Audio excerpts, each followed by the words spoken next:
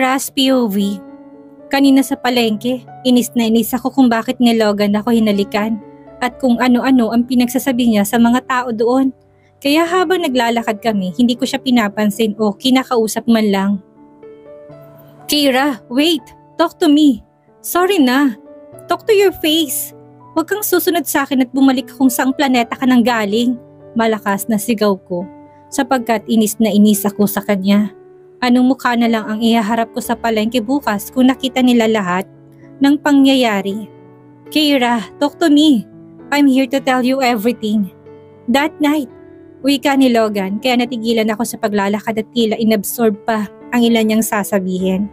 Natakot ako na baka may alam na siya. Sa totoo lang, may hinala na rin ako base sa mga kwento niya at natakot ako na kunin niya sa akin ang kambal ko. Kaya ako sila inilayo kaagad. Hindi ko na kailangang malaman pa. Pwede ba sir bumalik na kayo sa Manila at tantanan niyo ng pamilya ko? Inis na wika ko para tigilan na siya ng boss niya. Saka kasunod sa kanya. Kaso may pagkamakulit talaga yata ang taglay ito kaya imbis na tigilan, lalo pa siyang sinundan. Tumigil ako sandali para makipag-usap ng maayos. Baka sakaling madaan sa maayos na usapan. Sir Logan Smith, nakikiusap ako kung pwede tigilan niyo na kami. Please lang po, nakikiusap na ako. Ayoko ng gulo. Hindi ako naghahanap ng gulo, Kira. Nandito ako para kilalanin ako ng mga anak ko. Matigas na wika ng boss niya.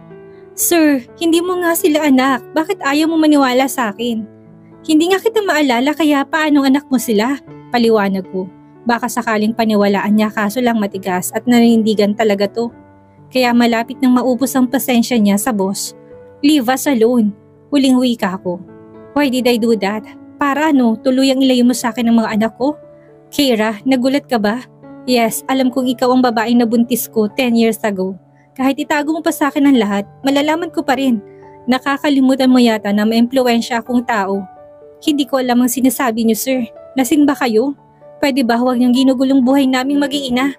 You're invading our privacy. Aniya sabay lakad ng mabilis. Logan's POV. Kung akala niya ay titigilan ko siya, hindi ko gagawin yon. Ngayon pang alam ko na ang totoo.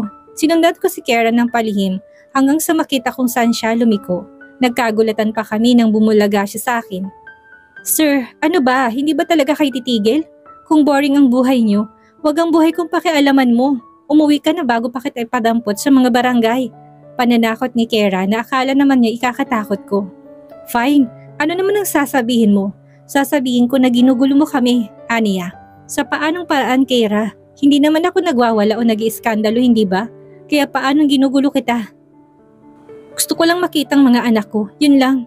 Hindi mo nga sila anak, malakas na sigaw nito. Fine, titigil lang ako sa isang kondisyon. Yun ay kung papayag ka. Anong kondisyon at bilisan mo, marami pa akong gagawin. Masungit niyang sambit. I want to know if they are my son via DNA test. Wika ako't malakas ang laban ko dito dahil alam kong anak ko sila. DNA test? Baliw ka na ba talaga, sir? Nag-aangkin ka na hindi mo anak. Gumawa ka kung gusto mo. Diyan ka na nga't huwag na huwag kang susunod sa akin. Banta ni Kira sabay walk out. Hinayaan ko siyang makaalis at tinanaw sa malayo. Malalaman ko rin naman ang bahay niya kahit na hindi ko siya sundan.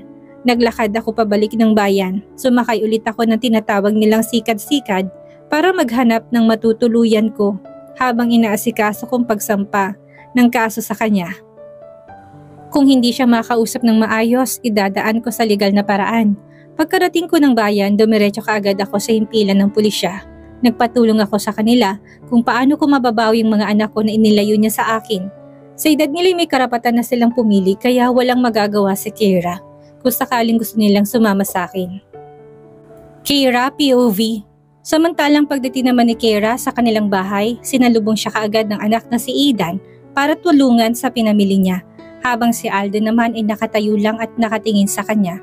Ramdam pa rin ni Kira na masama ang loob nito sa paglayo nila. Heto na nga ang kinakatakot niyang mangyari na may tsapwera siya sa buhay ng anak niya. Noon ngang hindi pa nila alam na mag-ama sila, ganun na lang ang bonding nila. How come ngayon alam na ni Sir Logan na anak niya ang kambal? Salamat anak, kawaan ka ng Diyos. Wika ako sabay blessed nito sa akin. Naupo ako't nag-iisip kung paano ko ba mapapakiusapan si Sir na umuwi na bago pa siya makita ni Alden. Mommy, you look bothered. Do you have a problem? Biglang tanong ni Ada na nakabalik na pala mula sa kusina. Nothing, son. May mga iniisip lang ang mommy. Sige na, kausapin mo muna ang kapatid mo at mukhang nagtatampo pa rin sa akin. Okay ma'am, I will talk to him. Wika nito. Iniwan ko na muna silang dalawa para makapag-usap at ako naman ay nagtungo sa kusina para magluto. Ilang minuto lang ang tinagal ko sa pagluluto para makakain na rin kami ng pananghalian. Medyo late na rin kasi gawa na natagalan ako sa pakikipagbangayan kay Sir Logan. Ang kulit niya kasi at nakakapikon. Aidan anak, halika nga dito sa kusina at tulungan mo ko na makakain na rin tayo. Tawag ko sa panganay na anak. Hinawi niya ang kurtina para makadaan ito. Salamat anak. Habang nag-aasikaso sila sa loob ng biglang may kumatok mula sa pintuan, nakaramdam ako ng kaba na baka si Sir Logan na naman ang dumating at natuntun na ang kanyang bahay.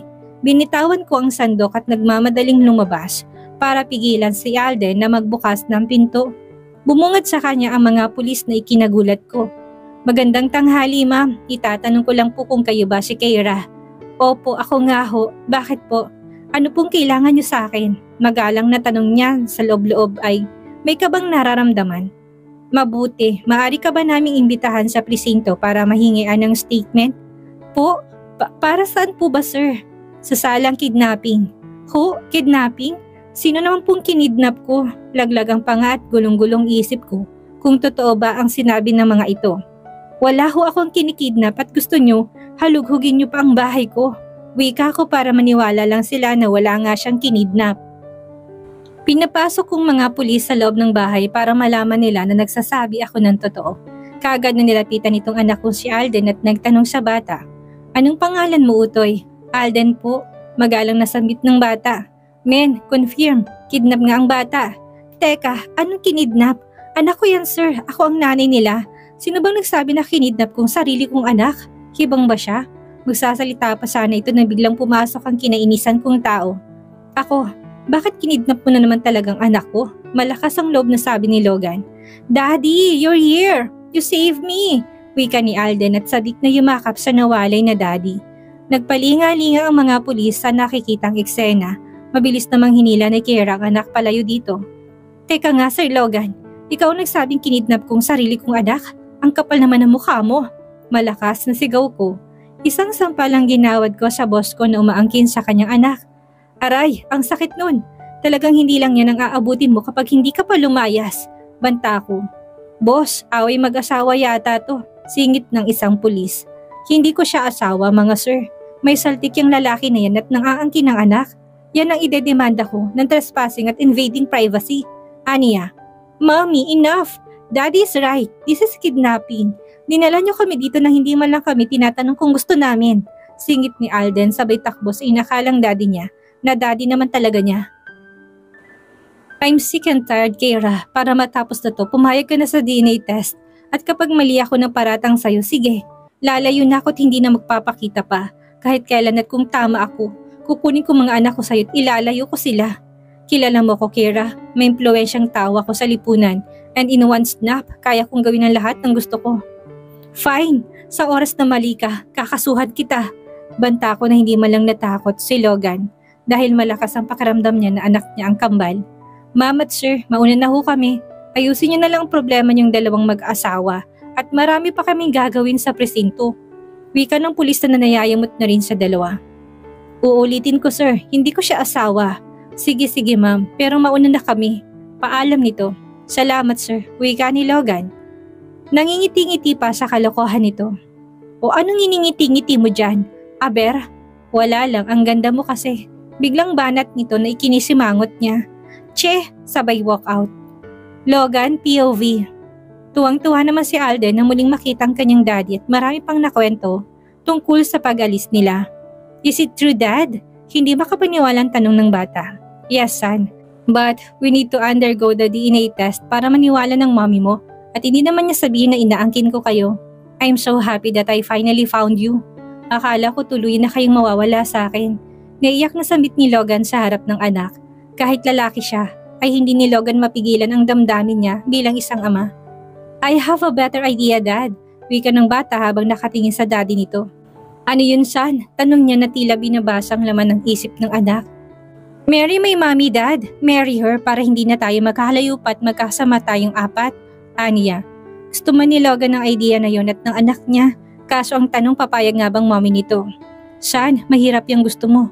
Nakita mo naman ang ugali ng mommy, hindi ba? Tanong ni Logan na napapailing-iling na lang sa mga pinag-iisip ng kanyang anak. Dad, why don't you court her? Like Tito Rickson. Wika ng matabil na dila ng batang ikinagulat ni Logan. Hindi niya alam kung nabingi lang siya sa narinig kaya pinaulit niyang sinabi nito. What again, son? Sabi ko ligawan mo siya, katulad ng ginawa ni Tito Rickson. He brought her flowers, inviting her a date like a man can do to get the attention of the girl, wika nito. Marami pang sinabing anak niya pero isa lang ang tumatak sa isip ni Logan. Nanligaw si Rickson kay Kira at si Kira ang tinutukoy ni Rickson na nang-busted sa kanya kaya lumipad pa Amerika dahil hindi niya matanggap na busted siya. Pero wala namang nabanggit si Rickson na si Kira ang ililigawan niya. Alden, son, it is true? Nanligaw ba talagang Tito Rickson mo sa mami mo? Ulit na tanong ni Logan. Sapagkat hindi pa rin talaga nagsisink-in sa kanya ang nalaman. Yes, Dad, but I won't like him. Wika nito. Why? Tito Rickson is a good man, wika ko. Para magkwento pa siya. Yeah, he is a good, but he won't like you. Prangkang sagot na anak sa kanya. Natuwa siya sa anak kaya ginulo niya ang buhok nito at kiniliti ito. Kaya puro tawanan na lang ng dalawang maririnig sa maliit na bahay nila hanggang sa bumalik si Kira at nakasimangot. Nandito ka pa rin? Wala ka bang balak na umalis at kanina pa ako naaalibadbaran sa'yo? Pwede ba Sir Logan? Lubayan mo na kami. Hanggat walang DNA result, hindi ka pwedeng lumapit sa akin at sa mga anak ko. Maliwanag ba? Umiling-iling ito, tanda na hindi siya sang-ayon. Kayo lang ang nainis si Kira sa inakto ng lalaki. Bahala ka sa buhay mo, manigas ka dyan. Inis at gigil na wika nito. Matigas na nga, biro ni Logan na natatawa pa. Kahit alam niyang kumukulo ng dugo nito sa kanya. Mukhang tamang anak niya, kailangan niyang ligawan ng babae nang bumait na ulit sa kanya. Hindi naman kasi niya gagawin yung kanina kung hinayaan lang siya nito makitang mga anak niya. Kaso hindi kasi mas pinili itong ganito sila. Habang pinalayas ako ni Kira sa bahay nito, napaisip ako sa sinabi ng anak ko si Alden. Bakit nga ba hindi ko ligawan ng mami nila? Para bumait nga naman sa akin. Pero paano kaya? Hindi naman ako sanay na manligaw. Sanay akong babae ang lumalapit sa akin. Heist, oh no, I'm Logan Smith. Hindi ko ugaling manligaw. Naglalakad-lakad ako para makapag-isip-isip muna kung ano ang bang gagawin ko para mapaamo kong mami ng kamban. Hindi pa man nalabas ang result ng DNA. Alam at ramdam ko na sa sarili ko na magmamatch ang DNA test namin tatlo. Hanggang sa napadaan ako sa mga tambay sa gilid at tinawag nila ako. Psst, boss! Ako ba? Gulat na tanong ko. Oo, ikaw nga. Halika dito, tumagi ka na muna. Aya nila. Gusto ko sanang tumanggi kaso nga lang baka pag-initan nila ako kaya wala akong nagawa ko hindi lumapit. Mukha naman silang mababait kasi. Tagay mo! Wika nito sabay ngisi habang inaabot sa akin ng kulay pulang alak ba ito? Usal ko. Sa tono ng boses na isa, mukhang nakakalasing nga ang inumin nila. Sinubukan kong inumin.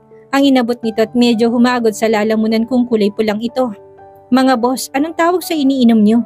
Curious na tanong niya at hindi niya alam. Ngayon lang siya nakatikim ng ganitong kakaibang alak kung alak man siya. Sumagot ang isa na, Boss, tuba ang tawag dito. Gawa siya sa buko. Nakikita mo ba yon? Tanong nito sabay turo sa coconut tree na napakataas-taas. Pangalin boss, tanong ko na naguguluhan. Sinundan kong pagturo nito hanggang sa nakita kong kawayan na nagdudugtong sa isa pang puno.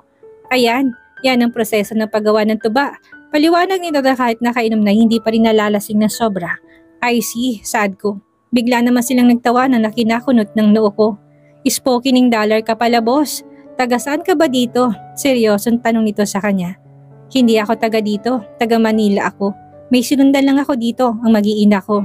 Baka kilala niyo sila. Tanong niya at nakaisip na siya ng idea kung sinong makakatulong sa kanya sa panghaharana. Kira, yun ang pangalan ng mommy nila. Kira, yun ba yung maganda? Yun pinambayad niya ng utang ng amahan niya, usisang tanong nito. Hindi ko kilala kung sinong tatay niya pero parang ganun na nga ang sabi ng kaibigan ko. Aniya, bakit nga pala mo sila sinundan dito? Nag-away ba kayo? Seryosong tanong nito sa kanya. Medyo boss, ang totoo, nilayasan niya nga ako. Kaya gusto ko sana siyang suyuin. Kaso hindi ko alam kung paano. Paano nga ba manuyo ng isang babaeng probinsyana? Tanong ko. Buo na ang loob ko na haranahin si Kara kung ito lang ang tanging magagawa ko para lumambot naman siya sa akin. Aminado naman ako na naging masama akong boss sa kanya noon. Yun kasi ang akala ko dati na nilalandi niya si Rickson.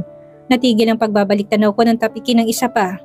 Boss, alam ko na, bakit hindi mo siya haranahin? Tama, haranahin mo siya. Sabay pang sagot ng dalawa. Harana? Ano yung mga boss? Tanong ko. Hindi kasi siya pamilyar sa mga ganong bagay. Harana lang boss, hindi mo pa alam. Natatawang wika ng dalawa pa. Maya-maya binatukan ng isa ang dalawa pa. Mga baliw kayo, kaya nga nagtatanong si boss kasi hindi niya alam kung paano. Siya nga pala, ako si Larry. Amo ako ng tatlong yan. Nakikita mo bang malawak na bukuhan na yan? Ang alin boss? Naguguluhang tanong nito. Yun, pangmamayari kong lahat ng yan. Proud nitong sambit.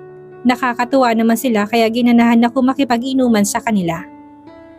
Talaga boss, pero ano nga bang harana? Balik tanong ko dito. Gusto ko talagang gawin kaso hindi ko alam kung paano.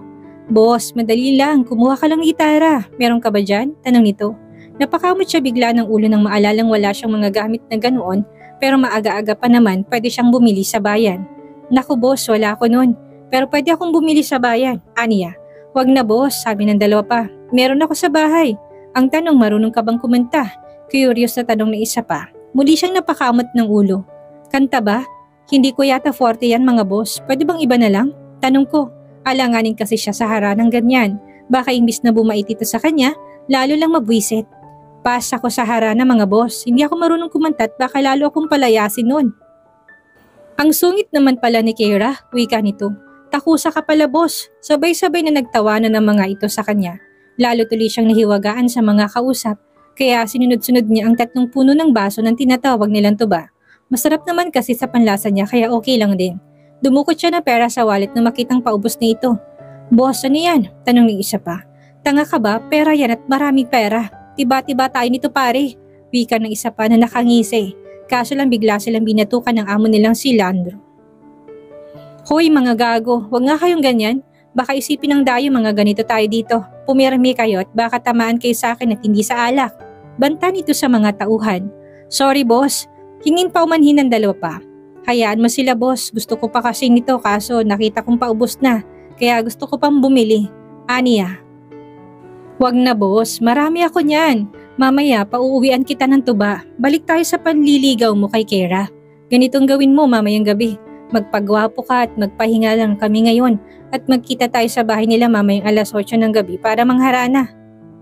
Naririnig mo bang sinabi ko? Tanong ito. Tumango lang si Logan at tandang naintindihan niyang sinabi nito. Nagkahiwa-hiwalay na sila at si Logan ay naiiwan kasama ng boss. Maya-maya lang rin nagpaalam na ito at nahihilo na raw. Maging siya ay nahihilo na kaya naganap siya ng masasakyang sikat-sikat dito para ihatid siya sa bayan. Nang makauwi siya sa bahay, natulog na muna siya. Para ma-refresh ang utak niya. Medyo tinamaan din siya kahit papano sa alak na kung tawagin nila ay tuba. Nagising si Logan ng alas 7. Halos masakit pa rin ang ulo niya kaso hindi na niya ininda pa ang mga ito. Bagkus naalala niya ang makikita pala sila ng mga naging kakilala niya kanina para tulungan siya sa harana. Tulad ng sinabi ng mga ito, nagpagwapo siya ng todo para mukha siyang presentable kapag umarap kay Kara. 1 oras na lang hinihintay niya kaya nagmadali na rin siyang umalis ng apartment kung saan siya nanuluyan pansamantagal. Hindi niya kasi alam kung hanggat kailan siya rito. Hanggat hindi lumalabas ang DNA results, hindi muna siya babalik ng Manila. Ayaw niya ring mawalay pa sa mga anak niya, kaya kailangan niya magsakripisyo ngayon, alang-alang sa kambal. Nakakahiyaman tong gagawin niya, pero kung ito lang ang tanging makakatulong sa kanya ay gagawin niya. Fighting, usal niya bago lumabas ng apartment. Samantalang katatapos lang ni Kara na magtiklop ng mga nilaban niya, kanina nang marinig siya ng ingay na nagmumula sa labas. Tumayo siya para silipin sa bintana kung saan nagmumula ang ingay na ito. Halos malaki ang mga mata niya na makita kung anong ingay ang nasa labas ng kanyang bahay ngayon. At dito na po nagtatapos ang 7 kabanata ng ating kwento at sana'y muli niyo po akong samahan sa mga susunod pang kabanata. Maraming salamat po at ingat po tayong lahat.